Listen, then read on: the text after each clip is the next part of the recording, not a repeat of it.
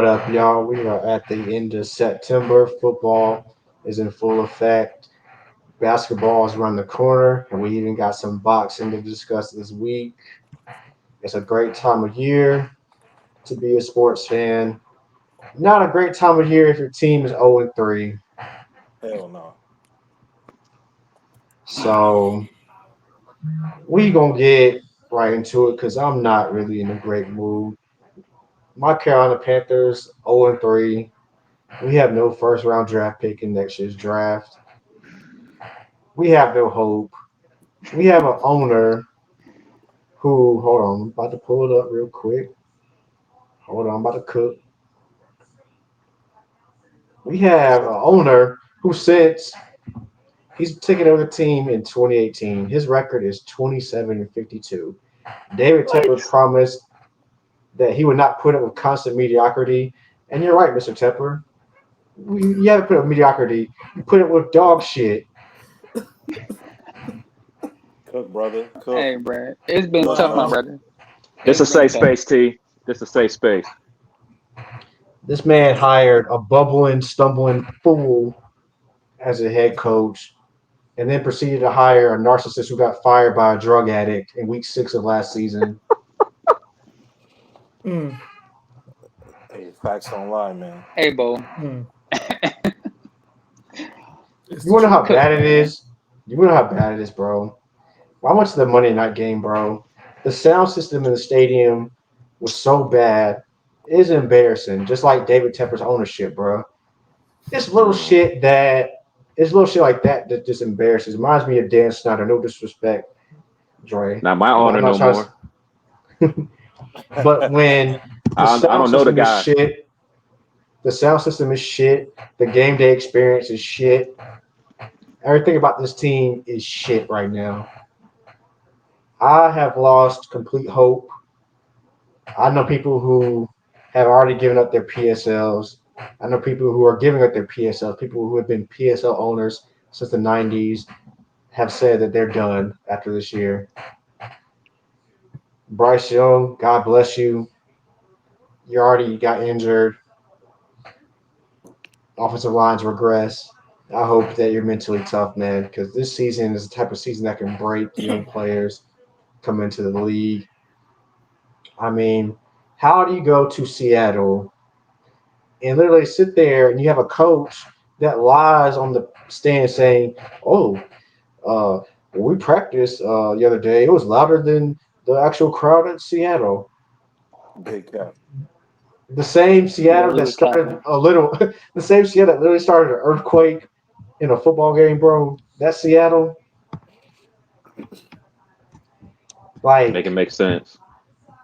that was. And here's the problem with the Panthers: each of their first 3 games were winnable games, Yep. but we always find ways to beat ourselves. Turnovers week 1, just couldn't get key stops or key moments in week 2 versus the Saints. Offense couldn't get going. Can't get going. Se- Seattle, the worst defense we played. So there was actually some competency with the offense. And I actually saw a couple of times where guys are actually finally getting schemed open. But to be honest with you, it's not hard to scheme open guys with Seattle's defense. They usually play a lot of cover 3, zone coverage type of scheme. Even going back to the Legion of Boom, they weren't a heavy man-to-man Yeah. defense. They play a Hmm. lot of Nope. zone. You can. It's a lot easier to scheme guys open in zone versus man. So I expected the passing game to be better. Andy Dalton's a veteran. He's played at Seattle before, so I wasn't necessarily surprised that the offense was more efficient. But damn, defense! I gotta call you out. Run defense was terrible. Actually, at times it's been terrible in the other 3 games. Like we can't never have a complete game where the offense is on page and the defense is on page. One game it's the defense is on and the offense is bad. Then the next game it's the offense, it's the defense. Like we could have had Eric Bieniemy as our coach back in 2020. Should have been. Yeah. Thank you. Then Fumbled that. I know Steve. I know some of y'all don't feel as highly about Steve Wilkes, but I will say this about Steve Wilkes. Being the coach of the Panthers actually meant something to Steve Wilkes. He actually gives Yep. a shit about the culture here and what it means to be a Carolina Panther. He understood what it meant. Keep pounding actually meant something to Steve Wilkes. I can't say the same for David Tepper. They were trying to get rid of the keep pounding chant until the fan base had a damn near revolt for them to keep that chant going. At least, like I said, for Steve Wilkes, we can talk about X's and O's and shit, but he was a motivator of men. Frank Wright doesn't motivate anything. He sounds dull and boring as hell. Does Frank Wright give you any inspiration when you hear that man talk? Not really. To me, not exactly. the sound bites that I've heard. Not really. No. Honestly, like I'm disappointed in him, but I'm more disappointed in the entire coaching staff. No matter who it is, because I'm not exiting nobody out of this shit. From Thomas Brown, Deuce Staley, Jim Caldwell, like everybody, all of you guys. Like, if you're on that fucking staff, you deserve some of the slander as well, too. We just can't sit here and keep it for the head coach. Because at the end of the fucking day, you have to hold the head coach accountable. Y'all have all of this experience, but ain't showing shit with it. I don't see a lot of creative offense. You remember before the season, everybody was saying it was an all-star staff? Yeah. That shit don't look very all-stars to me. You know what I'm saying? Like, what the hell, bro? Let's see. Now we're going to get into the front office. The GM, Scott Fitterer, said this is an all-star staff. It's the same Scott Fitterer who said that we could just plug in a quarterback and play. Clearly, it don't work like that. Not behind this. It don't work like that. O-line has regressed. I don't know who the O-line coach is on this all-star coaching staff, but the O-line has regressed. Miles Sanders hasn't done jack shit so far. He's fucking got that money in to stop playing. He's fucking terrible. Miles Sanders is terrible. Like I understand back to what you said.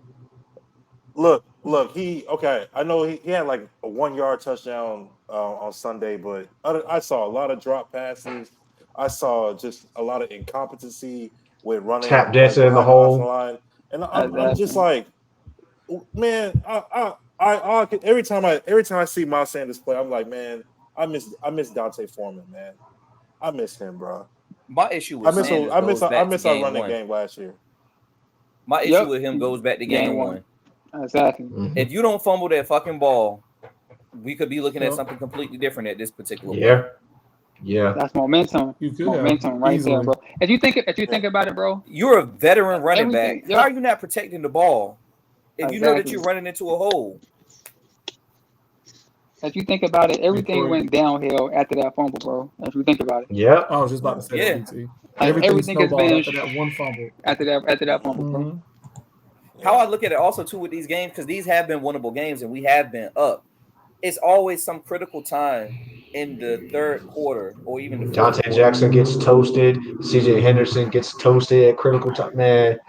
That just turns the momentum from us and gives it back to the team, along with the O-line and all of these false starts this past game. So it's like we can't help but beat ourselves up and like, why aren't you working on these things? It should be certain things that we shouldn't keep continuing to go through.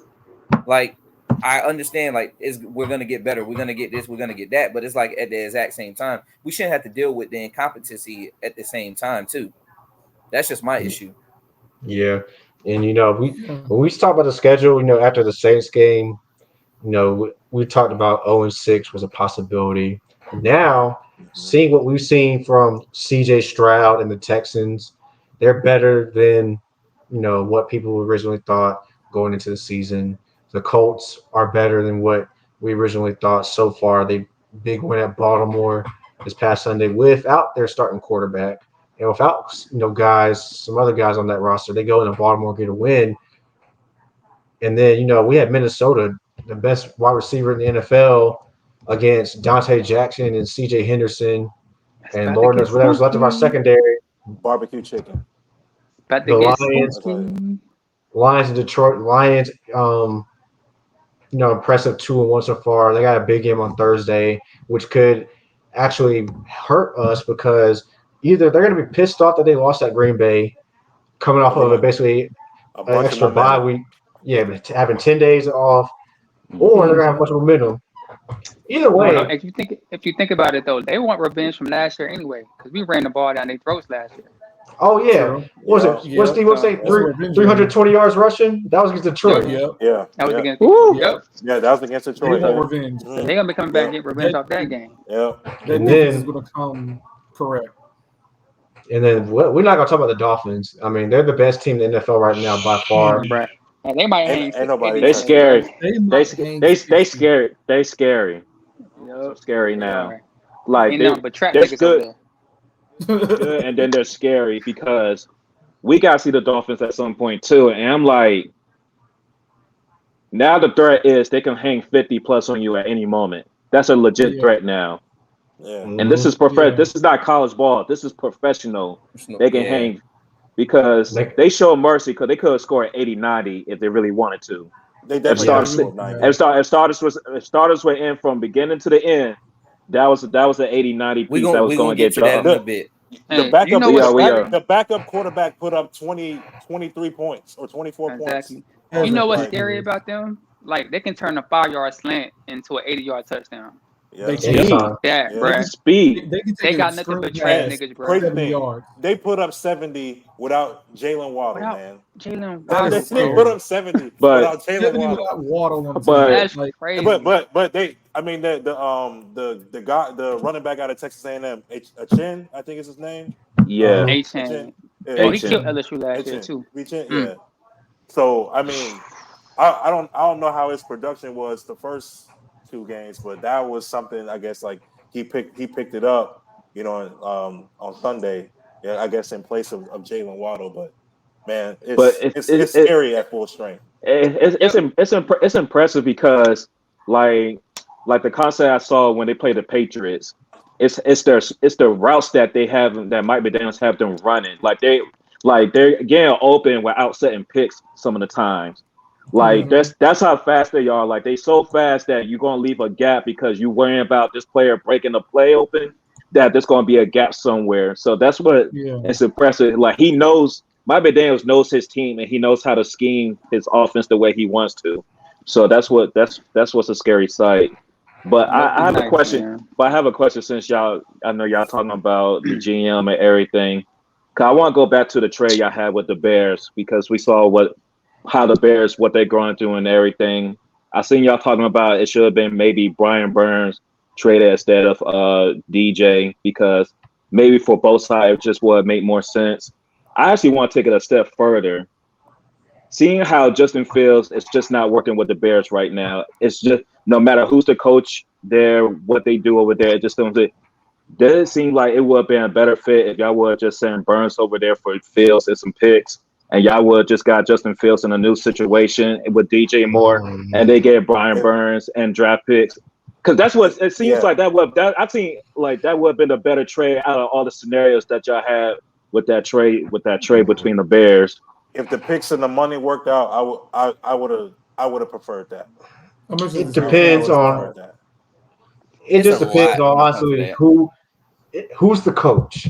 Who do we hire as the coach? Yep.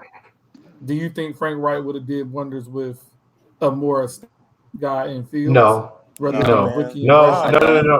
No. Because Frank Wright, when he was in Philadelphia, honestly, let's just be honest. When he was in Philadelphia, Doug Peterson was running the show. Let's just talk about that. Carson Wentz had a little bit of mobility, but they were mainly a pocket offense in Philadelphia. Then you go to Indianapolis, Andrew Luck couldn't move, but was mainly a pocket. I don't know if Frank Wright would prefer a guy Justin Fields' skill set now. A Shane Steichen. Oh yeah, he would have loved it here. Yeah. Or he would have did wonders with Fields. Or Ben Johnson, up there in Detroit, that a lot of people looking at. Maybe if you hire one of those guys and then you bring in Justin Fields, maybe it works. But Frank Wright, his scheme doesn't fit with Fields, and that's the guy we eventually hired. I don't know.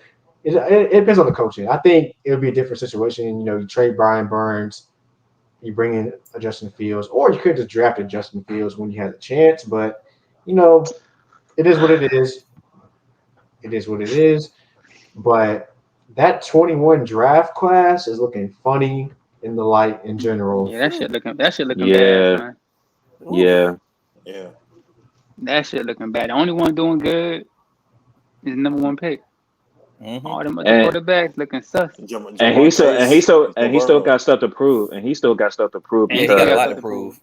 Yep. Because you had a good ending to last season, but the way y'all lost to the Texans at home like they did this weekend, that's still a bad loss. But so I know y'all just played Kansas City, but y'all should like got things together. And this wasn't like they took an L; it's how they took that L too. Texas pretty much dominated them from the jump. Yeah, which was surprising to me. How you let a fullback get a kick yo, for a touchdown? How you let that happen? Fullback.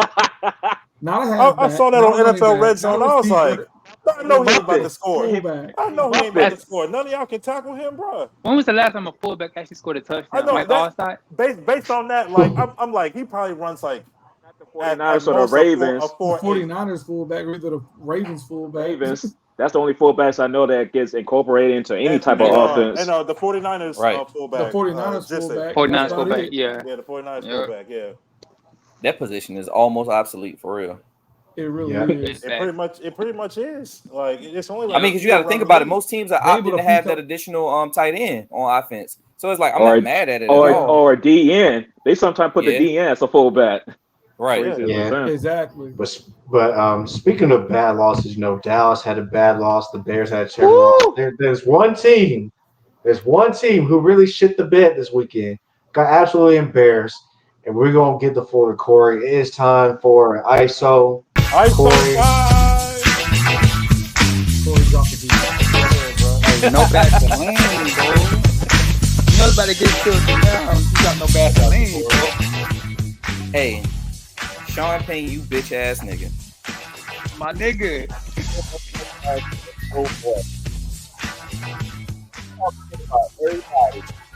You always got some shit to say.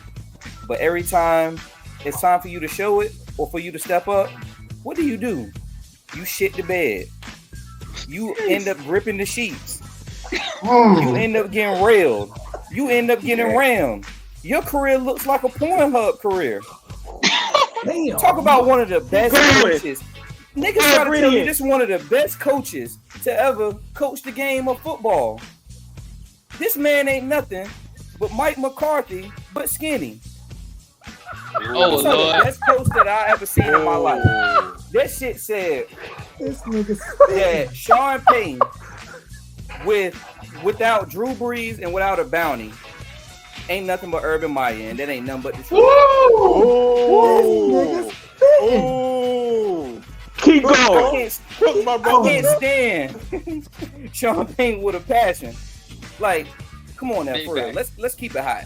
This man really has done that his entire career. Ever since he won this bounty ring, he's done shit.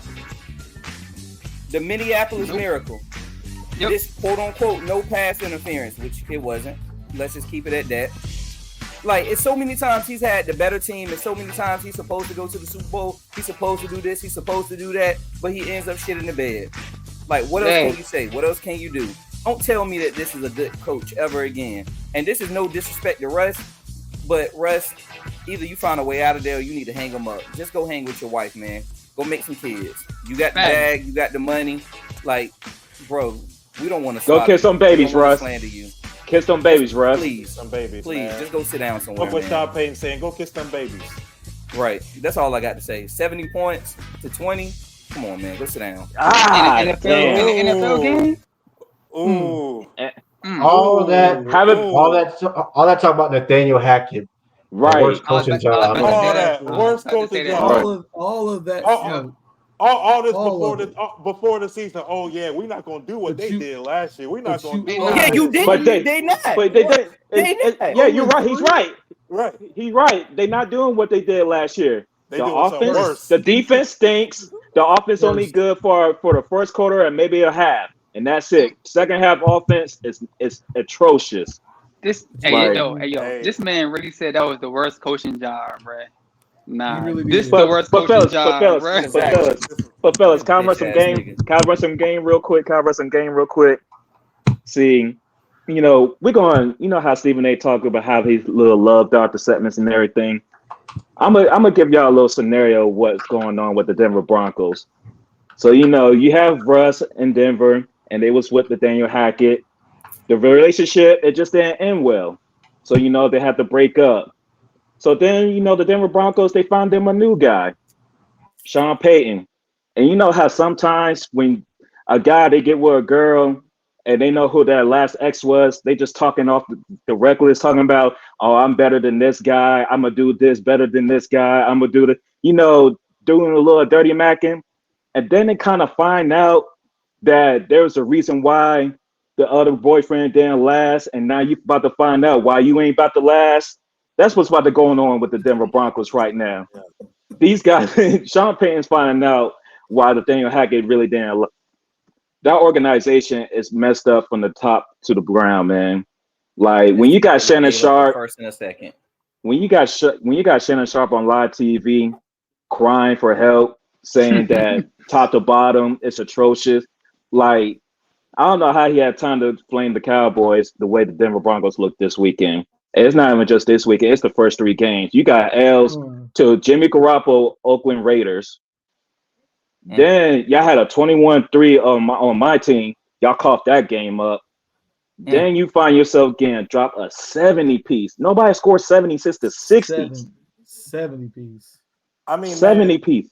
I mean, did the Broncos lose to the Broncos lose to the Dolphins, or they lose to Wingstop, man? Because that's 50 piece plus the 20. Like, is Wingstop giving out wings now, man? Because that's crazy. I mean, Dave. The way the Dolphins was playing, Rick Ross could have scored a touchdown that game. So what I'm trying to figure out, did Mike McDaniels kiss Sean Payton after he fucked him? Because that's what happened. Hey, man. Big pause. Damn. I like it though. Big pause. Hey, man. Look, bro. You lucky to say it is what it is, bro. Hey, they would have got you, bro. Hey, yo, they would have got you. Big pause. 10 touchdowns. Some teams can't get 10 touchdowns in a month. They did that in one game. 10 touchdowns in one. That is crazy.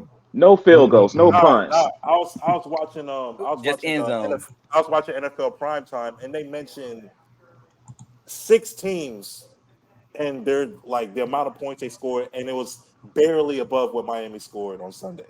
Yeah, I remember saying it was crazy. That's crazy.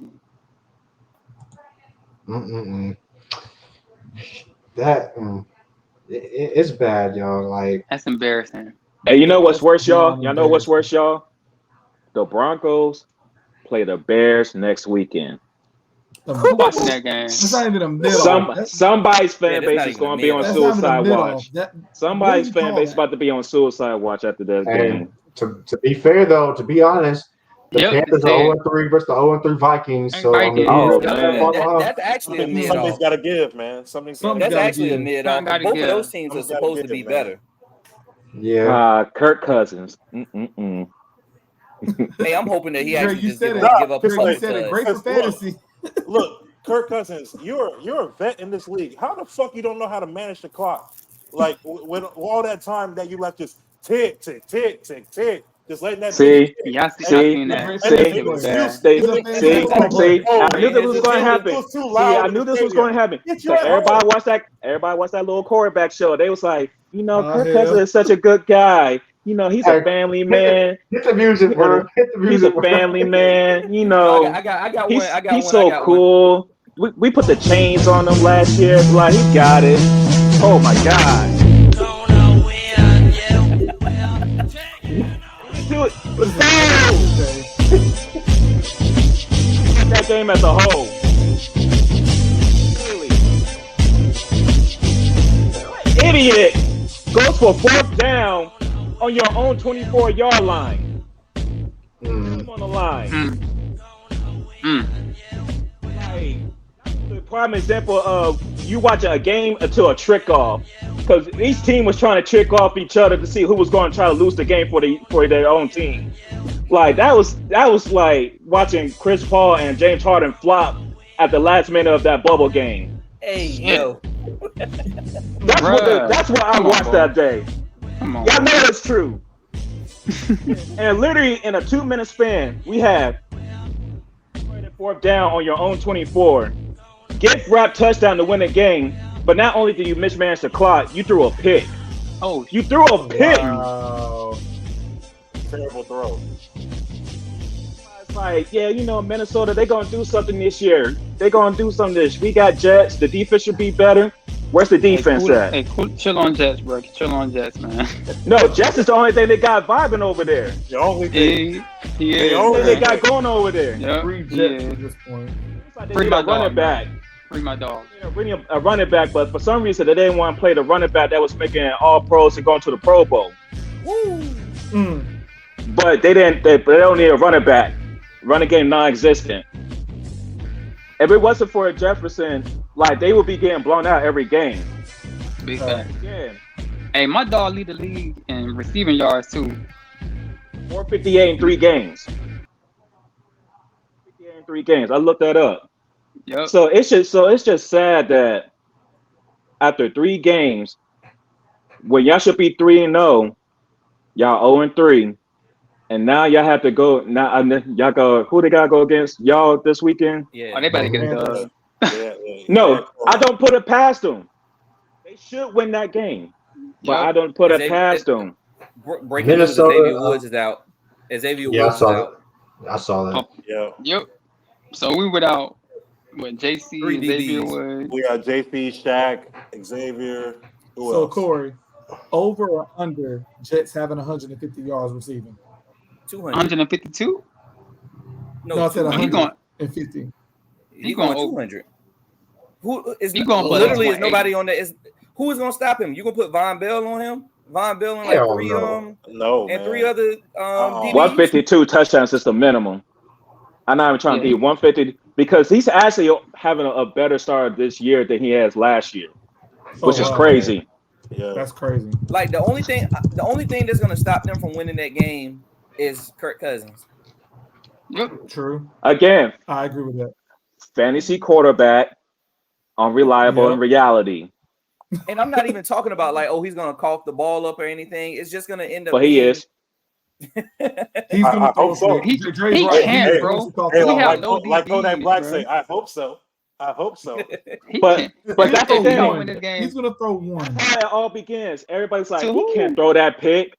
He can't fumble right here. But what does he do? He's gonna throw that pick when you don't need him to throw that pick. He's gonna fumble that route when he's gonna fumble that joint. Somebody will look their way into it. I think that he's just gonna get sacked a lot. He's gonna hold that ball a lot, and he's gonna end up getting sacked. It's gonna be a Brian Burns, Derek Brown special. That's what I think. Yeah, I can see that, but I can see the over on the sacks. I can see over 5 sacks for the Panthers total because he's gonna hold the ball. He's gonna hold the rock. I think I might. Yeah, I might agree with that because if they end up doubling Jets, it's gonna turn into who else is he gonna get the ball to? Yeah, exactly. Yeah. Don't sleep on Addison now. He actually been doing good. He's actually been some points in fantasy. I'm gonna say Addison been good in fantasy, but he gonna put that ball on the ground. And then Madison had 93 yards on Sunday. Not say Addison. Jordan. Addison. No, I know you said Addison, but I was adding that Madison had. Oh yeah, for sure, for sure. Garbage ass runs. We gonna see, man. I hope. Yeah. Kirk gonna throw us something. Is Bryce even slated to start? Yeah, we hear you. They ain't even said nothing yet. Nah, man. Because I can't. Bryce shouldn't start. Hey, I'm gonna hop on and get back in. Yeah, man. Mm-hmm. But yeah, man. So it's not a lot of marquee games, but Miami at Buffalo. That's a big game on the schedule. Mm-hmm. A low-key game, the Ravens at the Browns. Cleveland's defense has been outstanding. Can Lamar Jackson and the Ravens bounce back on the road in Cleveland? Let's see here. What else we got? The Lions and the Packers on Thursday. It's probably the biggest game of the week. Commanders at Eagles. I mean, that's gonna be sneaky good, bro. That's a sneaky good game. It's an NFC East game, bro. Yeah, I think it's in Philly, so it's an NFC East game. So It's a big game. And we actually beat them in Philly last year too. So it's going to be interesting. Yeah, we got bounce back from that ass whooping we took. So I'm interested to see how we bounce back, see what we do.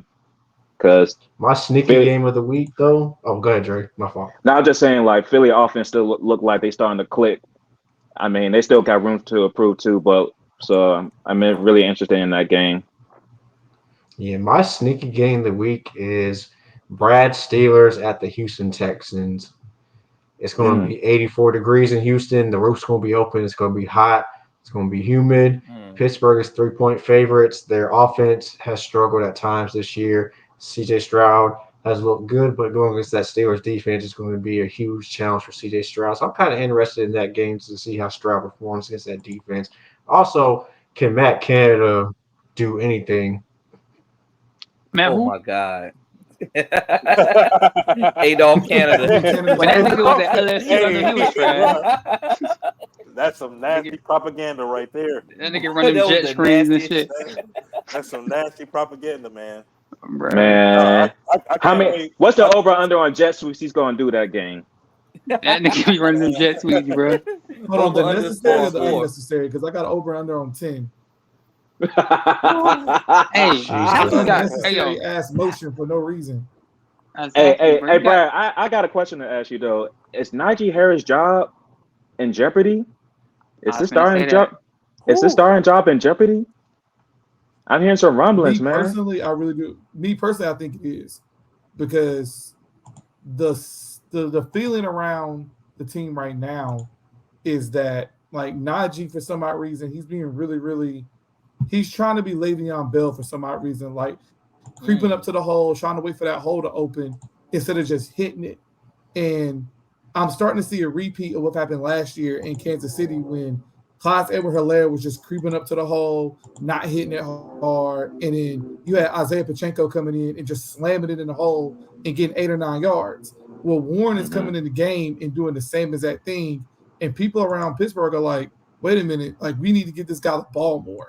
And seeing it live in real person, I'm like, what are you doing? It was a few times he hit the hole and he actually got positive yards. And it was like, why don't you do that more often? Then 2 plays later, they hand him on some stupid running play, which goes back to Matt Canada, why you running the ball in that situation, because everybody in the stadium knows you're running the ball. Yeah. Then Najee creeps up to the hole and he gets tackled in the backfield for -2 yards. So, yes, I think eventually you're going to see a shift in the amount of plays that is called for Warren versus Najee later on the speed, especially in the screen game where Warren has proved to be effective, and on the short passing game with Warren out the backfield. Because Najee is just, for some reason this year, he's slow. He is. I don't know what he's doing. I think the speed is still there, but he's hesitating. He's hesitating, and I don't know if that's that whole running back thing in the back of his head, but he is just not running the way he did the first couple of years. Speaking of Najee Harris, former Alabama, lost that game to in the fourth quarter. Cool. Speaking of Najee Harris, his former team Alabama, as we transition to the boys on Saturday, we got a little bounce back win versus Ole Miss, but that's not the story from this past weekend. The story of college football once again. Deion Sanders, Colorado, took their first L. It was bad. They had a garbage time touchdown. That's the only points they scored. I mean, anybody that knows college football, that follows the sport, knew that this was likely to happen this past Saturday. Colorado, for all of their skill talent, they're not built in the trenches. Oregon is built in the trenches on the offensive line and the defensive line. They just plowed them boys over. But the story wasn't even the game. It was the comments pre-game and some of the comments since the game by their head coach, Dan Lanning. You know, he says that we're about substance, they're about clicks. Knowing that the camera was on him, and even after the game, I think it was yesterday, acknowledged that, you know, this is probably going to be as many eyes on the Oregon all season because of Deion Sanders, saying that Deion Sanders was good for the game, but he knew the camera was going to be on him. And he was sending a message to recruits, sending messages to whatever, because this is the only time that Oregon's going to be in the spot like this all year. They play way out in the Pac-12. There was a 3:30 game. They don't really have a lot of those showcase 3:30 games. They usually play late at night when half the East Coast is asleep. Mm-hmm. So this was Dan Lanning's chance to really soak up the spotlight, talk to as many recruits as possible, and whatever, which is fine. But don't sit there and talk about they do stuff for clicks when you know that you brought the cameras in to the locker room. Like, you know what you're doing, bro. Like, and people talk about, oh, he went too far. Man, let me tell y'all something, bro. For some of y'all casuals who are just now getting into sports because of Deion Sanders college football, or any sport for that matter, that's not even like close to the worst shit. I've coached middle school and high school basketball. Let me tell you something. I've said way worse stuff about other teams' coaches, other teams' players, other teams' fans. Hell, even some of my own team's parents. Yep.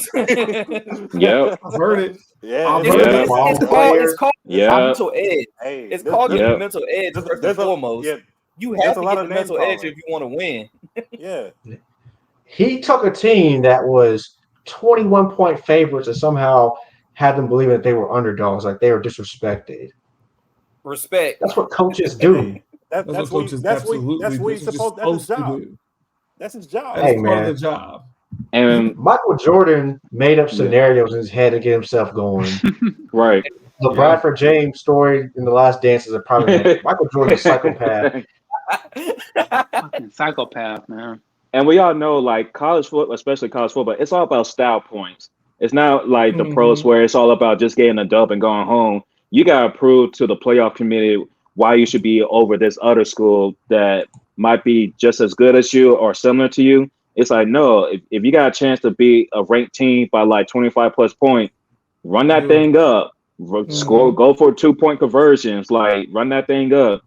Hey, look, man, if you're gonna be there when they're high, you gotta be with the squad when they're on their low point too. So like I mean, of course we know the Buffaloes were going, no pun intended, some bandwagon fans and everything like that, but let's be real, Deion already like exceeded expectations 4 weeks into the season already. He's playing with house money. Yeah. Realistically, we knew, as everybody on this panel, we knew like the Oregon and USC stretch was probably going 0-2. If they was able to get one game out of that stretch, he won the season. If he beats USC, like that's a monument to if they beat USC at home, like that's a monument to win. But remember, this team was projected to get, I don't know why they even do like point systems and wins, because you can't do, but anyway, 2.7 wins coming to the season. They already won 3, and one of them was against TCU on the road. Yep. Like nobody, like they was 21-point underdogs to TCU to open the season. Realistically, it was probably in their first 3 games. People only thought they can probably beat Colorado State. Nebraska was going to be a toss-up. TCU was going to be wash. He won all 3 of those games. He's bringing national attention to Colorado. He's bringing national attention to college football as a whole. And Deion, he's been keeping it real since he got on the scene. And I'm not just talking about this team. I'm talking about Jackson State. College game day, he was like, yeah, I'm about 6-8 dogs away from really doing something. He wasn't talking about the skills players. He wasn't talking about the DBs. Probably wasn't even talking about 11. It's the trenches. Colorado has no run game like that. Everything, if the running backs involved, is because they get in the passing game. Shador is still getting sacked like crazy because they don't have the offensive line to keep up with these boys on this level, and they can't stop the run. Exactly. So that's what he was talking about. Deion has kept it a buck with everybody since he got on this team. So he kept it a buck with Shador. He told Shador he's not going in the draft. He said, no matter what's going on, you're not going in the draft. And even before the season, he told Shador, like, yeah, you can compete for this job. You got to earn it, though. You got to earn the quarterback. So he's been keeping it real the whole time. So I know everybody's reaching for this bulletin material, like they trying to nitpick what he's doing, what he's saying, everything. How about, especially ESPN, let's dial down the hype train. All coaches are going to say something when they play on another opponent. We seen it with Lane Kiffin, and we seen with Lane Kiffin and Nick Saban. We seen with Nick Saban and and Jimbo Fisher in the offseason. Like, this is not new. But we need to stop trying to make more what it is because they overblew the situation with Nova last week. They was trying to overblow the situation with the Oregon coach. Let them say what they do, set it on the field, and let's keep it going. We got other stuff to talk about. And then,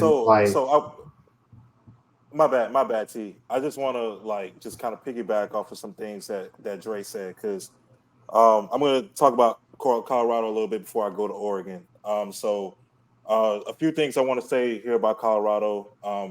One, I think as far as needing more dogs, especially in the trenches, you need some Midwestern flavor on that offensive line, and you need some dogs from the South on that defensive line to spice it up. But I know Coach Deion Sanders already knows that. People were saying if Travis Hunter was there, things would be different.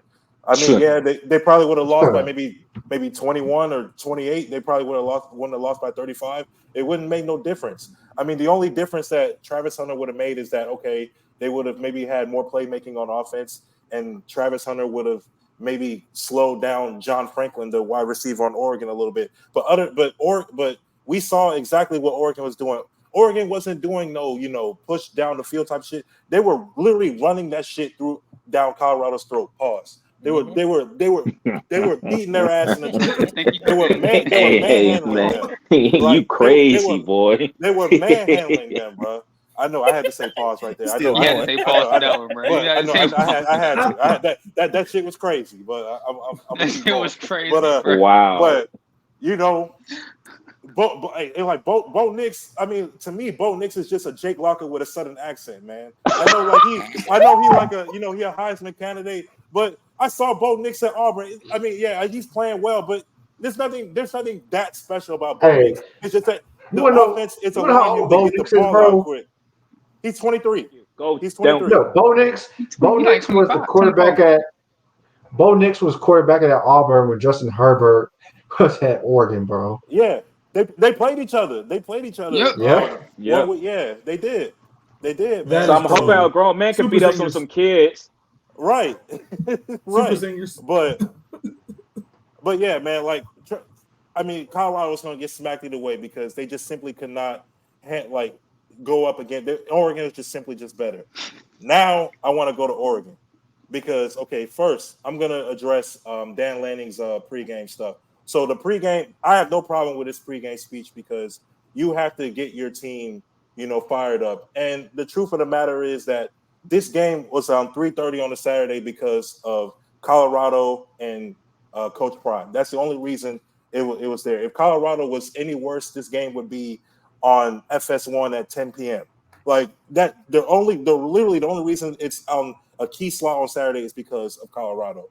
And so I understand that you got to, hype up your team and make them feel like, they're underdog and everything. But this whole, and I really don't even have a big of a problem with him saying, this game ain't played on Hollywood. This game is played on the grass, or they play for clicks. We play for wins. Okay, whatever. It's the undertone and the jealousy behind it, and even some of the slick shit that he would say. When they interviewed him at halftime when they was up by 35, he made this comment "Oh man, I hope that everyone's that's been watching football before this game is still watching." I'm like, really, nigga? Okay, well, man, whatever. And I get it, Oregon, because honestly, you're not even you're probably not even the best team in the Pac-12 right now. I mean, do we honestly think they're better than Washington or Utah or USC? Probably not. I mean, I know those teams are all ranked in the top 10, top 15, but look, Oregon. I mean, we know what y'all are. For you guys probably came on the scene maybe about 20 or so years ago as a kind of a football school, but you guys come up short every single year. You Oregon football and Gonzaga basketball might as well be twins because they have a bunch of regular season success. They have to a certain point postseason success. Gonzaga goes to the Elite Eight and Final Four a lot. Oregon went to the Rose Bowl a lot of times. They've gone to the BCS games, and they've gone to the New Year's Six bowls, and Gonzaga's gone to the national championship twice, lost with some real niggas. And I ain't talking about niggas. I'm talking about niggas. They lost to UNC in 2017. They lost to that Baylor team in 2021, and then Oregon football. You lost to Florida State and you lost to Ohio State. Some real niggas. So like y'all might as well be twin. So like that like it's just like a whole lot of just jealousy. Conference of Champions, my ass. Right, man. So like I kind of get it, but like I mean, this is Oregon. We already know how this is gonna end. I mean, you can enjoy this now, but we already know how this is gonna end. You're gonna reel up some more wins, and then when it's time to get to the key matchups against Utah or USC, or even maybe if you get to the Pac-12 championship, you're gonna shit the bed, man. Oregon football comes up short. The only thing we care about Oregon. The only thing we need y'all to do is just keep pushing out the Nike gear. That's us. Man, and look, they'll not push that Nike gear. Even with that, you got thousands of jersey combinations, and you're talking about, oh yeah, we don't play for clicks. That's market. That's a big part of marketing right there. That's exactly what Deion Sanders was doing at Jackson State with getting like those new uniform combinations. So look, man, all I gotta say before I get off my soapbox here, Oregon State comes up short more than a middle-aged man that needs Viagra, bro. So I get it, man. I get it. I get it. Do your thing. Do your thing, Oregon. So we know how this is gonna end. Shit. Hey, serving the people, bro. God. I'm just saying. Not the AARP catching stray. Not the AARP catching strays. Oh my God. I'm not going to attempt to follow that up. I'm just going to say this, bro. You know, when Keyshawn was on Undisputed talking about coaches helping Oregon, I mean, let's not act like that's something brand new. I know. It's like, nah, it's not. I'm a Florida State fan, bro. One of the assistants when we played Auburn in the championship game used to be a former assistant at Florida State. The reason why we were down 21-3 in that game was because he knew all of our signals. He knew all of our audibles. This is why Jimbo Fisher is a shitty coach. Knowing that Coach Damian Craig, a quarterback coach, was at Auburn, knows James Winston, knows the signals, knows everything. Why would you go into the game and not change it up and then wait till halftime when we're down 21-10 to change it up? Fortunately, there's enough time left to come back and win. But my point is that this ain't nothing new. Hell, when I coached basketball, I used to my first coaching job was at a prep school. Wasn't a lot of guys like myself coaching in that type of league.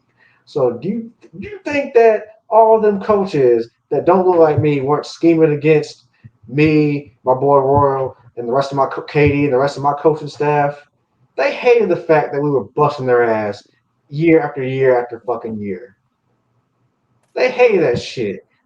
This is coaching. This is the game of coaching, bro.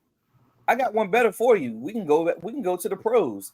In the NFL, think back to the Super Bowl with the Raiders and the Bucks. Yeah. How do you think the Bucks won that game?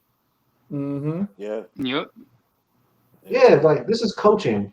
If you ain't cheating, you ain't trying. If you ain't trying to get as much intel about your opponent as possible, then what are you doing? Real talk. Right. Like real spill. Like some of y'all, I understand that Deion's brought a lot of people to the sport that either are casuals or maybe haven't even watched college football, which is fine. But y'all gotta understand, this is the business of coaching. It's a dirty business. If my boy KD was on here, he'll tell you about Coach Moulton at Central, how the MEAC was plotting on his demise because they were jealous of the attention that he was getting. Because when you got guys like LeBron James and Roy Williams and Coach K showing you love, and Chris Paul and all these other NBA players that come from the state of North Carolina showing you love because you're a great coach and you're in the MEAC, but all the other coaches in the MEAC don't get that attention. Coaches get jealous very easily. This is just the coaching. Dre, you coach. Brad, you come to our games. You know the type of bullshit that we had to deal with. Yep. Coaches, they just get when somebody comes in and do something in 2 years or less that you haven't achieved in like 15 and 20. Hell yeah, they're gonna be mad. But guess what? That's on them. Y'all didn't want to step. Y'all didn't want to step up and take the risk like something like Deion's doing. Deion is taking risk. He's taking major risks. Nobody ever in college football has had to re-amp a whole program like he has.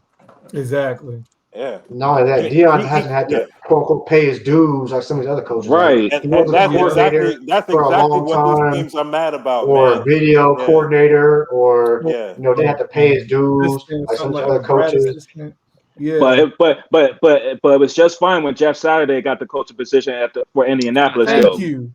But it was just fine for Jeff Saturday to get that coaching position though, right? And what he do with that joint? What he do with that joint? There's a reason why he's back on Get Up with pancakes. Exactly.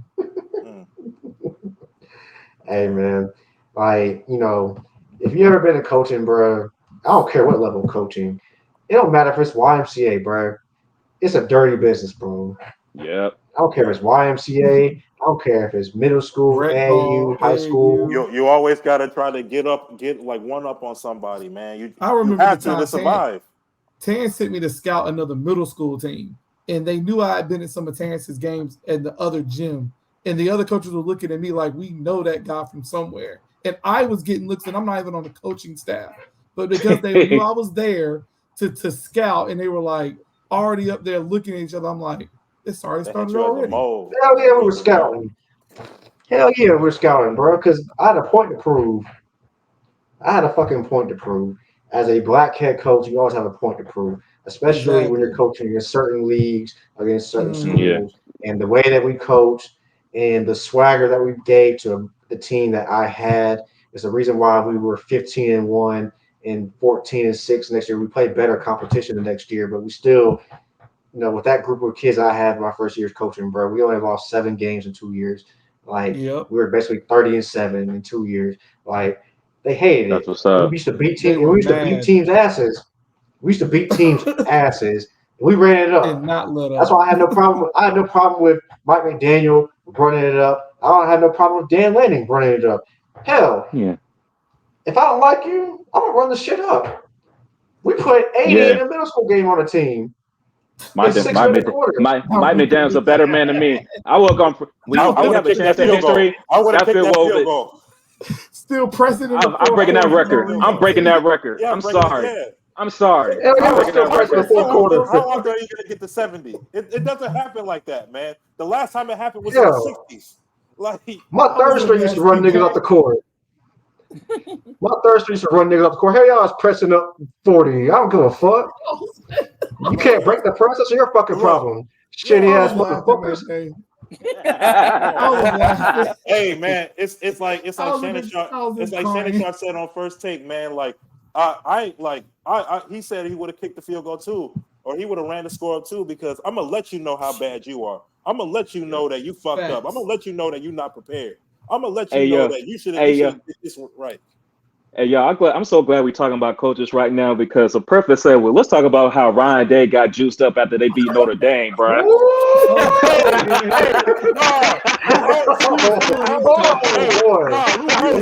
your ass to the front, Lou Holtz, because that boy was talking big shit. He was on Pac-Man. You're talking crazy. Put Lou Holtz beside Lee Corso in the nursing home right now. He was basically calling Ohio State and the state of Ohio pussy. He was basically calling Ohio State pussy. He did. Yeah. He called the whole state of Ohio soft. If he wasn't on ESPN, he would have called them pussy straight up. Like that's he wanted to. He was like, I coached at Ohio State and we won. But I ain't there no more. So these guys ain't tough. Notre Dame gonna roll over these dudes, bro. But yeah, your head coach decided for 2 plays in a row, only had 10 players on the field. 10 players on the field. I'm sorry. And I love our black man, you know what I'm saying? But we got Carlisle as it is, but Marcus Freeman, exactly. That was bad, brother. That was bad, brother. You can't let that happen. That was bad, bro. Let it happen. Keeping it stat, bro, that might cost Notre Dame a playoff spot, bro. Yeah.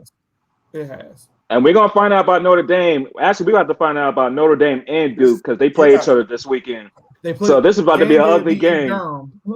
It's crazy, bro. I promise you. I promise you. T, I know why T about to give me that look too, because he know it's about to be an ugly agenda coming out of this game. Whoever wins this game, it's about to be an ugly. I swear, Riley Leonard cooks this Notre Dame team. Oh my God. They're gonna try to put that man as the third best QB in this draft. I'm trying to tell y'all. Oh my y'all God. heard it here first. If they beat Notre Dame, he's gonna be the third QB in the draft. I'm trying to tell y'all. It's gonna be Daniel Jones all over again. Just a repeat. Man, Will Levis, Jake Locker, Blake Bortles. It's gonna be all that You're right, package. College game day. It's about to be that all over college again. Game day at Duke, and it's not basketball. It's wild. That is a wild to me, man. College game day in Durham, North Carolina for football. A primetime game at Duke on prime ABC. Time slot. Bruh. On a Saturday, we're not talking about. We're what? not talking about Carolina Duke in March. That is a nasty agenda. What happened to the What happened to the game I love? Man, that's crazy. What happened to the game I love? For ESPN to have to dig in the bottom of the well and be like, "Yeah, we're going to game day in Durham." I mean, let's be honest with you though. Where are they gonna go, bro? Where are they going, bro? Where? I'm looking at the schedule right now, bro. So let's see, Friday. Utah, Oregon State. Actually, it might be the best game of the week, but it's on a Friday and it's Oregon State. Okay, let's see. What's the one? I mean, Kansas or Texas. Kansas is undefeated, but Texas is 16.5-point favorites, bro. Texas should win the game fairly easily. We'll see. I don't trust Texas. LSU versus Ole Miss. Ole Miss just jigged it up versus Alabama. Ole Miss should have beat Alabama. That's inexcusable. Ole Miss is not that good. I tried to give them a chance last week. They're just not that good. They're just not that good. They always are fools go. They be ranked and they don't do anything. Honestly, I mean, you got after USC Colorado, I'm switching my attention, dog.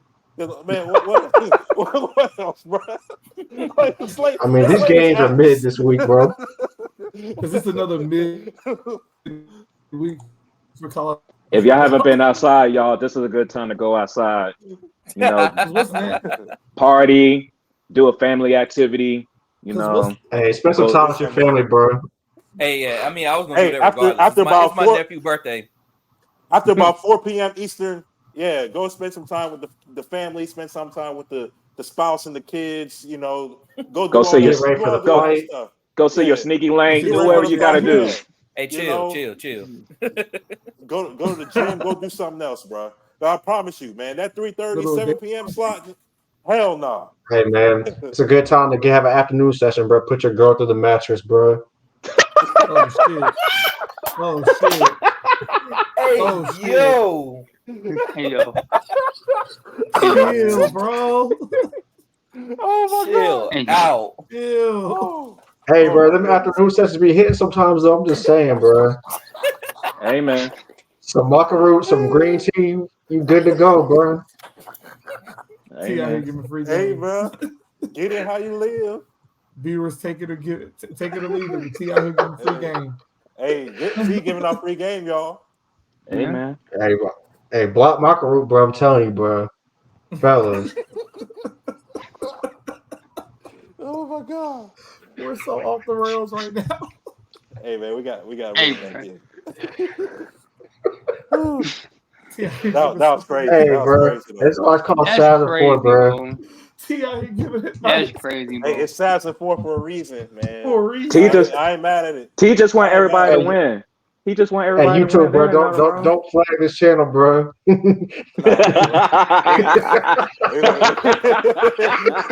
Great. Don't shadow ban us, bro. You too. Don't shadow ban us, bro. We just giving the people what they want, bro. That's all. That's all we doing, bro. That's all we doing, man. Speaking. Now I got to transition. Speaking of giving people what they want, bro, we got a good ass fight on Saturday, bro. Canelo Alvarez, Jermell Charlo, two of the top pound for pound fighters in the sport of boxing. Mm-hmm. A huge opportunity for Charlo, moving up 2 weight classes. He has a chance, in some people's eyes, not mine, but in some people's eyes, of beating Canelo and possibly moving number 1 in the pound for pound rankings, even though I think Bud Crawford has that pretty much solidified until further notice. But Charlo is an underdog, but there is a path to victory for Jermell Charlo. Number 1, he has the reach advantage. Number 2, he has legit power. It'd be interesting to see how his power translates up 2 divisions. But Charlo also is deceptively technically sound. and he likes to fight on the outside. And we just talked about Spence and Crawford and how Crawford likes to fight on the outside, how it gives him an advantage. Can Jermell Charlo find those angles to attack versus Canelo, who's one of the better defensive fighters in the sport? Canelo hasn't looked that great his last several fights, losing to Dimitri Bivol at 175, but Yeah, I give him that. he took an L. Canelo tried to say he was injured, but when you step in the ring, there's no excuses, bro. Nah. And then his last fight was John Ryder was underwhelming. Very underwhelming. To be honest with you. But Canelo's hearing the noise. He looks like he's been motivated in camp. This is a big fight. He's heard the Charlo brothers talk about his resume. Maybe that's giving him some juice. BT, does Canelo have one more great performance in him? There's a lot of allegations of him being washed, unmotivated, wants to play golf, wants to golf with Steph Curry and some of the other athletes. Is Canelo going to be motivated coming into this fight on Saturday? The boxing fan in me wants to say he's going to be motivated to prove a point in this fight, only because of the name Charlo. I know he wanted the other Charlo, but he's not fighting right now, personal reasons. Hope he get his stuff together. Rooting for you. But I think the boxing fan in me wants him to be motivated, and I think he would be motivated to prove a point. He looks like he's in great shape. I don't know if we're gonna get like a prime Canelo performance, but I think he's gonna do enough to show that he's motivated to win this fight. But I don't think it's gonna be easy at all. I think Charlo gonna put some pressure on him for sure. I can see it going. I can see it going 12 in the decision. When the fight first was announced, I was like, does Charlo have a chance? But the more I've actually watched some of the breakdowns and the more I've analyzed the fight, there is a path to victory for Charlo, but he's going to have to start off quickly. That's the key. Canelo's another one of those slow starters. Yep. Charlo has to get up early on the cards. Canelo's going to have the fans behind him. It's going to be a home game for Canelo. Oh, for sure. It's definitely a home game. So we know how boxing fans can influence judges. A lot of times it looks like guys are getting hit, but punches are bouncing off of gloves, bouncing off of shoulders, grazing opponents, not necessarily connecting. But we know how those fans are going to be. They're going to be behind Canelo. Will they influence the judges? Can Charlo silence the energy in the building? Because it's going to be a pro-Canelo crowd. Canelo is the biggest star in boxing. No disrespect to Gervonta Davis, but Canelo is the draw. He did his fight deal with PBC because PBC is the premier network promotion group in the sport right now. Not Matchroom, not Top Rank. It's been PBC's year in boxing. They've delivered on most of the big fights this year. So he fights Charlo. He signed a 3-fight deal. Maybe he fights the other Charlo. Maybe Terence Crawford. Hey, because that's what Terence Crawford is doing. That's the fight. What Terence Crawford is doing to Spence, trying to force him to fight the thing at 147, is just Terence Crawford saying that he's ready to move up to 168 to fight Canelo. Yep.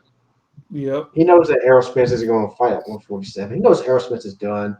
Errol Spence activated the rematch clause. Pretty much say, hey, I activated the rematch clause. But the favor's in Terence Crawford's court, not Errol Spence's now. Terence Crawford is not going to fight Errol Spence at 154 because that's not a big money fight. And I think at this point, Terence Crawford wants big fights. It has to be either Charlo at 154 or it's going to be Canelo at 168. Bud Crawford claims to be at 180 pounds right now, which isn't far-fetched because boxers can cut weight and add weight very quickly. Right. When boxers cut weight, they go to extreme lengths. Yeah, they go to extreme lengths of cut weight. Him being at 180 pounds actually isn't that surprising to me. It's actually feasible. And he can cut down to 168. I wouldn't be surprised if we see Crawford versus Charlo next year or Crawford versus Canelo.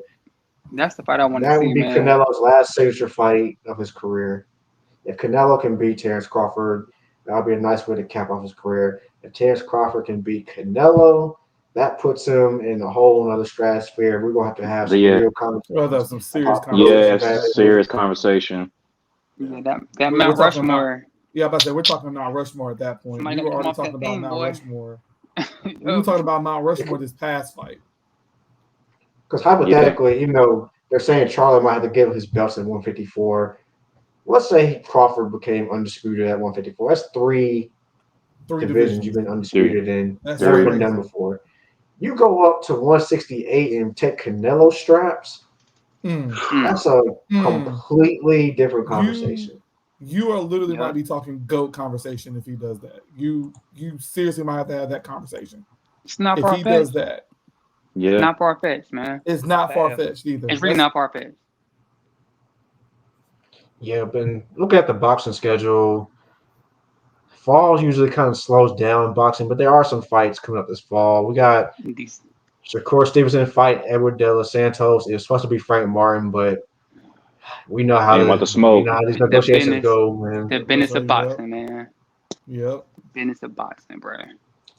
Regis Prograis versus Devin Haney. And shout out to Devin Haney. He went to Australia to fight Kambosos twice, fought Lomachenko, and then fighting and now he's going up Prograis. to 140 at the king of 140. 140. Okay. My man could have took a tune-up. He said, "Nah, fuck that. I want the king."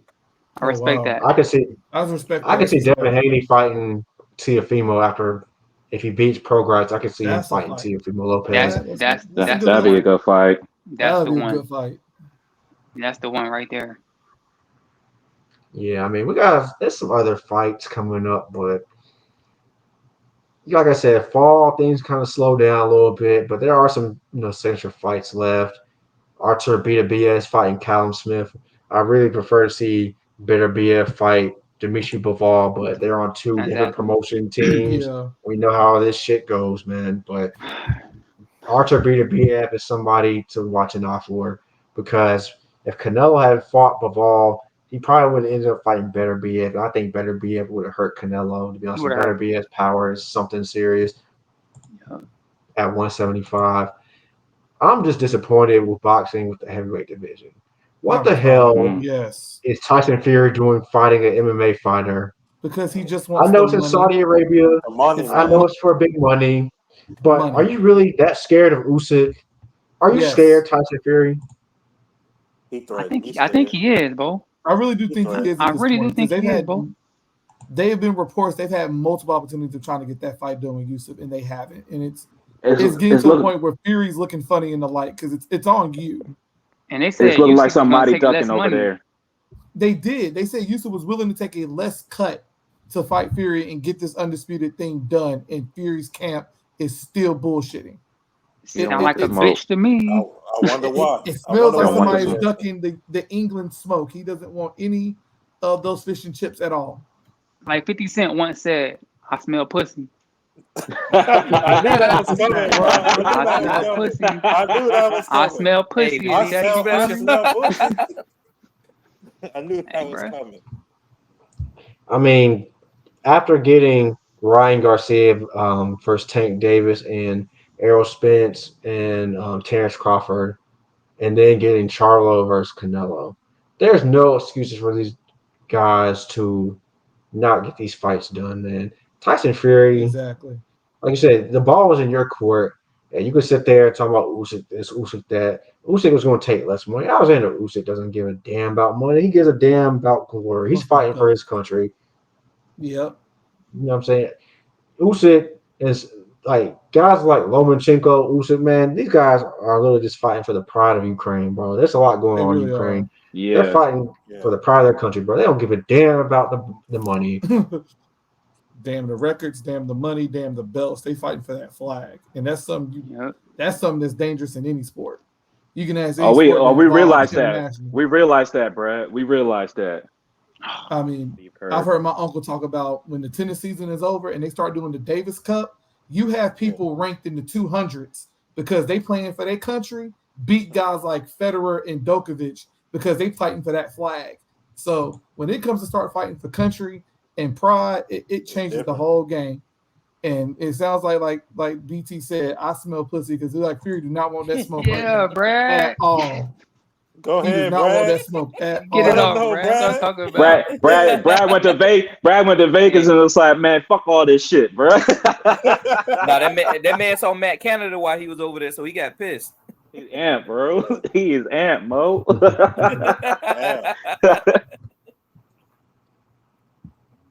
Yeah, man. Continuing to talk about boxing, man. I'm kind of curious to see what's going to happen next with Ryan Garcia. Derek James, new trainer. He's still beefing with Oscar De La Hoya. Ryan Garcia moving up to 140, entering that division. Guys like Devin Haney, Teofimo Lopez, Pro Grice. BT, bro. What do you think Ryan Garcia's future is like at 140, bro? Man, I think Derek James can get him right at 140, bro. I think. That's the key word, I think. But it depends on who he fight. Like, is he gonna take a tune-up fight first, or he gonna go for one of the bigger fights? I think he need a tune-up at 140. To be honest with you. Yeah. I mean, it's interesting. He took the risk against Tank Davis. Much respect to him for doing that. Yep, I respect that. Yeah. Got exposed for not being technically sound as a boxer, more flash than substance. Not to quote Dan Lanning, but he had to go back to the drawing board. But the dude is talented, and it's going to be interesting to see what happens to him next. I'm very interested to see what happens with Errol Spence as well. Some of these guys that took L's, I'm really curious to see what's next in their career. Hopefully, Errol recovers from that beatdown he took, because he took a beatdown, bro. I mean, some of the best took L's and they bounced back, so we see what people's mental and mental is at. Yeah, I expect him to bounce back. Yeah. Being at 154 is more closer to his natural weight than being at 147. So maybe he won't be weight drained as much, which I don't think, I'm not going to use that as an excuse, because Crawford had to weight drain down to 147 as well. But curious to see what happens with Errol Spence, what fights he takes at 154. Does he take on Charlo in the future if Charlo stays at 154, or if Charlo somehow pulls off upset at 168? I'm very curious to see what happens to Charlo after this fight. If he wins, there's gonna be a lot of conversations. Then he moves up to 168. I mean, Benavidez and Caleb, Benavidez and Caleb Plant. There's beef. The Charlo brothers got beef with Benavidez, with Caleb Plant. Does he take on one of those guys or both of those guys at 168 or 160? Yeah. There's a lot of interesting stuff that's brewing in boxing. We had a great year in boxing, and you think it's going to continue next year to have some big fights? There's a path to it, but I don't like some of what these promotion groups have done in some of these negotiations. We should have got Shakur Stevenson versus Frank Martin. We should have got Shakur Stevenson versus Devin Haney. I really want to see Shakur versus Devin Haney, but same. I want to see Shakur versus Tank. That's what I want. Yeah, but I feel like it's does Shakur have to fight like Haney and somebody else before he gets the Tank, or can those two just get that match set up after Shakur's it's really fight? On Tank, bro. Okay. Shakur acknowledges that Tank's the star, Tank's the A side, but does Tank Davis want to fight Shakur? Because I'll be honest with you, bro. PBC, as y'all gave us good fights, but y'all looking a little funny in the light with some of the agendas that y'all been pushing and have gotten exposed a little bit this year. And Tank Davis is their star, going up against another top-ranked fighter. I hate to admit it because I'm not really a big fan of Bob Arum, but Bob Arum warned us about Terence Crawford versus Errol Spence years ago, and Shakur Stevenson. You see the same similarities of Crawford. They train together. They're both top-ranked guys. Tank Davis hasn't had the best resume just being quite frank. I like Tank Davis, but his resume leaves something to be desired. They're very careful with the opponents they put in front of Tank Davis, but at some point you have to put him in a true mega fight. Like Garcia was a mega fight by name. Shakur Stevenson was Tank Davis is a mega fight by skill. Shakur Stevenson's a better. I think he's a slightly better defensive boxer, better pure boxer. Tank Davis has the power. He has that one hitter quitter power that can always change the fight. But if it came down to just going to the judges, Shakur's going to win that fight. He's going to win that fight. You think that's the issue? Like after we saw what Bud did to Spence, do you think Tank's camp is like you might got that power, but we saw how Bud just like pretty much beat down on Crawford because he just had on Spence because he just had the strategy, like he knew what he was going to do, and then Spence had no counter whatsoever for Bud in that fight. So it's like it's the same thing can happen between like Tank and Shakur. Like, yeah, if you get a punch in, you can knock him down. But if that punch is not getting through and you can keep getting counter, then you might get dropped just the same. I think that's the concern of the powers that be over there at PBC and Mayweather Promotions. Because let's be honest, Floyd was very strategic who he fought as well. He was. Yep. So, you know, it's really up to Tank to say, you know what, I'm really him, bring him on. But is Tank going to do that?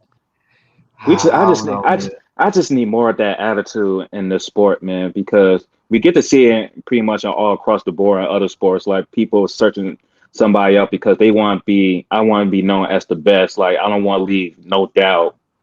You feel me? So I hope after we witness this year, we start adapting that attitude that if I want to be known as the best, like undisputed, I gotta go through him, and him. Or she gotta go her, and her. You feel me? Like I hope we start adapting that going on in the future. I second. I hope so, man. But I hope so too. Like the thing about boxing, it's a fighters dirty get paid. business. I know. There's so much handed stuff. It's like you got boxing where your fighters get paid, but you gotta jump through hoops to get certain fights and so many different promotion groups. Or you have UFC where it's one man called the shots, but he's pocketing all the money, and the fighters don't make shit, and they gotta eventually box to get their big payday, which is sad. Sad. That's sad. So sad. Like Conor McGregor, for all his star power that supposedly he had to fight Floyd Mayweather to get that big payday. And we see with some of these other MMA fighters that fight Jake Paul for the big payday because Jake Paul draws people in. You know, we can say whatever about Jake Paul, but he's good for business, for the business aspect of boxing. And MMA fighters are going to continue to try to fight him because they need the big payday. Because Dana White, unfortunately, is a crook. And big time. Hey, Vince McMahon, his balls now. My man made a whole fight out now, but can't pay nobody. Make it make sense. Yeah, man. Like, unfortunately, it's just like this is like the stuff we deal with. We gotta appreciate the fights we do get because so often we go through all these negotiations, and it takes a lot to even get the fights that we do get. So when we do get them, we gotta appreciate it. That's why, as much as we slander Garcia, I have to appreciate him for taking risk. I have to appreciate Bud and Errol Spence for taking that risk and finally making that fight happen. Charlo for going up 2 weight classes, which is very risky in itself. But to go up 2 weight classes and fight Canelo is very risky business. Much respect. Respect for that. Yes, sir. Now, Corey, I see there's one topic that you wanted to discuss about. So I'm going to let you have about 5 minutes and we're going to wrap this thing up. No, honestly, it's not even 5 minutes that we need. This just came across on Instagram a few hours ago. J. Cole received a letter from Colin Kaepernick that he sent to the New York Jets talking about at least a backup position with their team. I'm not gonna give the full list, not list, but letter itself. But I'm just gonna touch base on a lot of the things that he brought up and he said. He just wished the team well. He talked about he know that Aaron Rodgers has went down, and he was just wanting the opportunity to come in and try out for the particular backup position because they said that they was looking to bring in a vet that could back up Zach Wilson. Honestly, it turns into why not at this particular point, if you ask me. Especially, you want to keep people interested. You want to keep people to have those eyes on you. You already had Hard Knocks. You already had the eyes that was going to be on you because of Aaron Rodgers being there. Why not keep the news flowing? You never know what this situation may do. It's not going to hurt you to actually try it and see. Because I disagree. I honestly disagree. I hate to say it, but Kaepernick. First of all, the Jets just signed Trevor Siemian, so that's a backup already in camp for the Jets already. And let's be real, Kaepernick, you got your settlement from the NFL. We know what happened with his situation. NFL's not letting that boy back in. You saw all the hoops he had to do just to get a freaking just to get a tryout. I mean, it's cool. You send the letters, you mean all well and everything, but it's just not going to happen, bro. Just take your Nike deal, keep being a voice for the people, keep fighting injustice. But your day as an NFL quarterback, as an NFL player, those days are over, man. You just have to accept it and move on because nobody wants that circus of Kaepernick in camp. Nobody needs, especially the Jets right now. They're already dealing with a circus internally with Zach Wilson being the quarterback already. Because let's be real, they don't want him the quarterback. It's obvious they don't want him the quarterback. They definitely don't. Nah, man. Last year they was wearing Mike White shirts. They screaming White in the locker room in the stands like they couldn't wait for Zach Wilson to go down for Mike White to start. That's the state like and Robert Saleh, he trying to keep putting confidence in Zach Wilson, but he's only doing that for Zach Wilson, and I don't know how. And Joe Namath is calling Zach Wilson out, bro. Broadway Joe Namath is calling Zach Wilson out, bro. Like the Jets, they don't need like anymore. I understand. Like I see what you're saying, Corey, but I just don't think at this point the attention now that Aaron Rodgers is down and Zach Wilson is already shit in the bed. I think the Jets are pivoting on the attention aspect of it. And I agree with Dre. It's been 7 years since Kaepernick took an NFL snap, man. It's been a minute. It's a long time. We saw what happened with Deshaun Watson missing 2 seasons, basically. Yeah, exactly. And last week was just his first game that he actually looked kind of like his old self. And you try and put somebody in off a 7-year layoff when the league is completely different from when he used to play. Yeah, the offenses might be a little bit more tailored to him now compared to what he was back then, but it's a wrap for you, bro. You're not the first person that got blackballed. As much as I want to say it'll work, it's not going to work. Nah. The backlash will be incredible. Because this is the last thing the Jets needs right now. Because it's already a stinker that Aaron Rodgers went down in 4 plays and the season is lost. You don't want to bring somebody in, and I'm just being real. You don't want to bring somebody in to be a distraction to talk about injustice, and then y'all still going out there taking L's. The fans are not going to listen to that shit. The fans like the New York. No, yeah, they like the fan. Like, let's be honest, the fans are not going to be listening, not be tuning into that. No. After what just happened, so I respect Cole. All of the Kaepernick in your cause, but it's a wrap. It's been too long. Yeah, it's been too long. I'm not even trying to be funny, but J. Cole, as a new owner of the Charlotte Hornets, we need to focus on what the hell is going on this season. Hey, Cole need to just walk in and shut the studio down. Y'all got that shit. I don't even know what the hell is going on over there. It makes sense now. It all makes sense now. It makes sense that these niggas trying to rap, bro. That Cole is the part owner now. Like, it makes sense now, bro. I get it. Cole don't want y'all niggas. Cole do not want y'all. Everybody trying to get signed to Dreamville, bro. Okay. Okay, but here's this what Cole needs to do. Now that he's a part owner, put in these Bama's contracts. If you can't give me a hot 16, if you can't give me a hot 16, a hot 8, bro. Yeah, exactly. You are banned from every studio in the not the country. Bars. Hold on. Nah. Fuck a hot 16. Fuck a hot 16. Fuck a hot 8. Fuck even a hot 4. If you can't give me a fucking haiku, nigga. If you can't give me a haiku, bro, get your ass out the booth. Focus on the court. Get your ass on the court. He need to come in and shut the studio up like Puff did on making the band. Make them, hey, look, you know, Diddy made them walk for the cheesecake. Hey, make them niggas walk for Bojangles, bro. Make them niggas walk for it. Damn. No, they gotta walk. Yeah, but they gotta walk for cookout. They gotta walk for cookout trays. Nah, make them walk on Sugar Creek to cookout, bro. Make them do that. Like all of them. Like the last time I saw a good punchline from an NBA player was from Ron Artest, man. Like, come on, dog. Damn. Like you can't say that. We got Dame out here that's delivering. Dame Dollar got some hits though. Because hold on, Dame is never a part of this conversation. Dame is a rapper playing basketball. These are people playing basketball that's trying to be a rapper. So let's put that in perspective. Hey, I'm gonna keep it hot. I still need that track from Dame and Vic. I still need Dame and Vic to do this track together. Oh, Vic yeah. on the chorus. Vic on the hook. Yeah. Yeah. Vic on the hook. Summertime jam. Nice little summertime jam. Yeah. Exactly. You see the villain. You see it.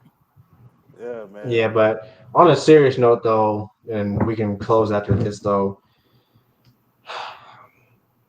Kai Jones, NBA player for the Charlotte Hornets, has had some weird behavior in the last couple weeks.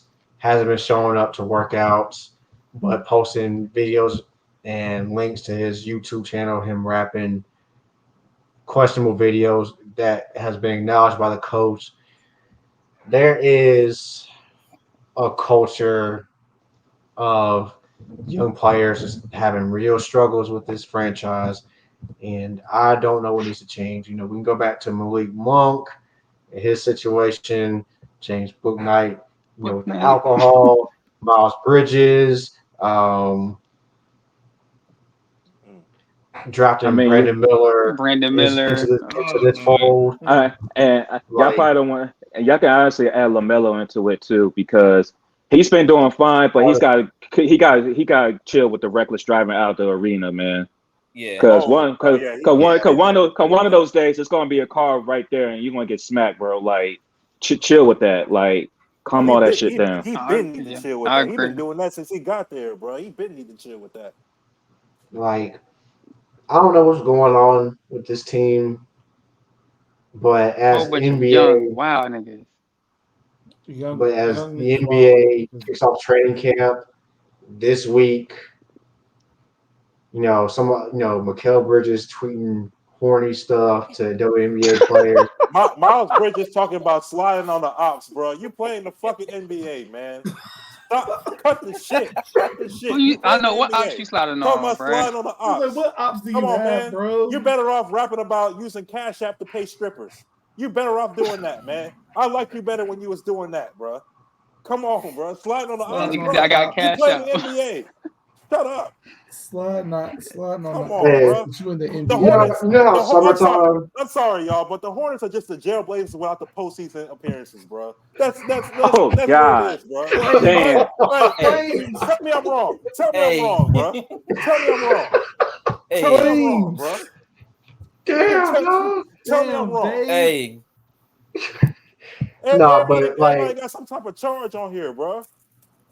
That's what it's looking like. And I ain't talking about no setting no charge here. They got a weed charge. They got an alcohol. They got guns. Oh, domestic violence. Like, golly, niggas.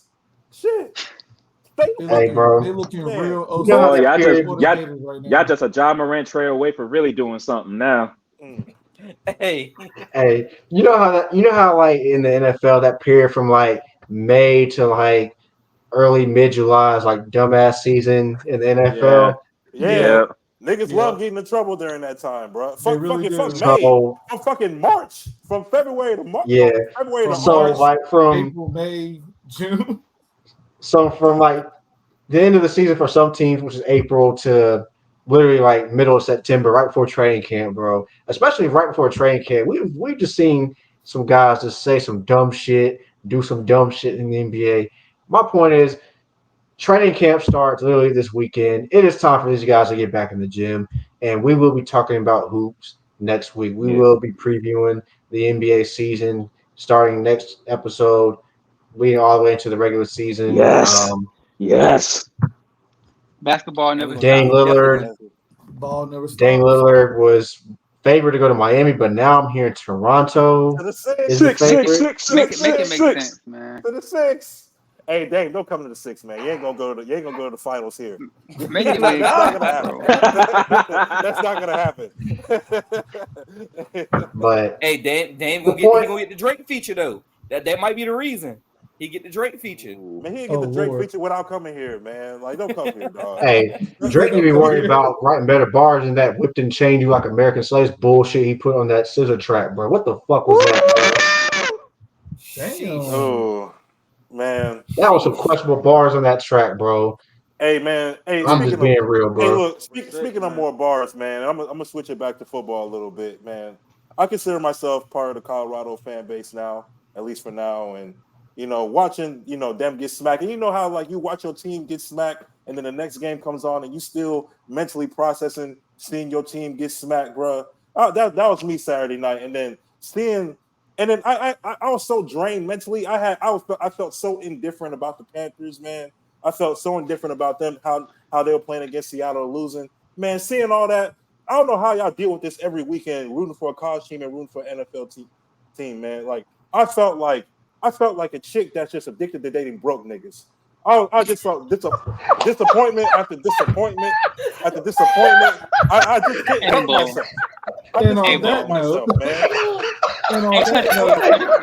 I just couldn't help myself, bro. Hey, yo, end it on that. How y'all doing? End it on that. Hold on. Hey, can I say one thing? I'm sorry. Can I say one thing? I gotta get this off before we leave. Everybody, we need to have a moment of silence for the sisters out there. They lost their favorite white boy this weekend. We couldn't leave without talking about that, boy. That boy, Travis Kelce. When you walked in, Kelce went from the white boy in the fraternity to turn that camera off while we on this police stop. I see you slid down here, Corey. I see. Damn. That man really went from the full beard combo to a state trooper mustache. Boy, it got ugly out here. He's got a hole in that boy. He went from you call me daddy to license and registration, please. He went from what's up, dog, to get her done, partner. Damn. He lost it, bro. He lost it, dog. All that's back. Shit. That's the sad part about it. All that's back. It's less seasonings on that rack now, man. It's less seasonings on that rack, man. Jeez. That man went from the cookouts to Are You Resisting, bro? He went from the cookouts to trying to find his car keys, bro. God damn it, man. This nigga went from Friday to Dukes of Hazzard real quick.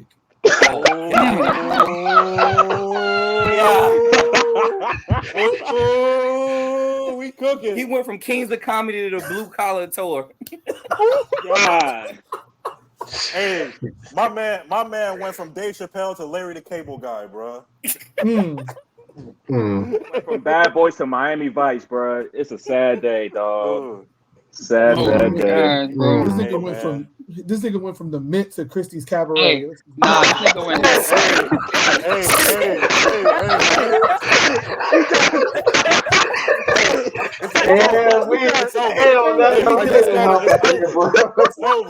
It's over. We'll see y'all next week, bro. Hey, next week. thank y'all for listening. Thank y'all for at the listening. bottom of the screen, like and subscribe. Follow us. Hey, like, subscribe, share. We appreciate y'all. Unlike the Cowboys, we them boys for real. Check us out, Saturday 4 all the time, no matter what. We out of here. Let's go.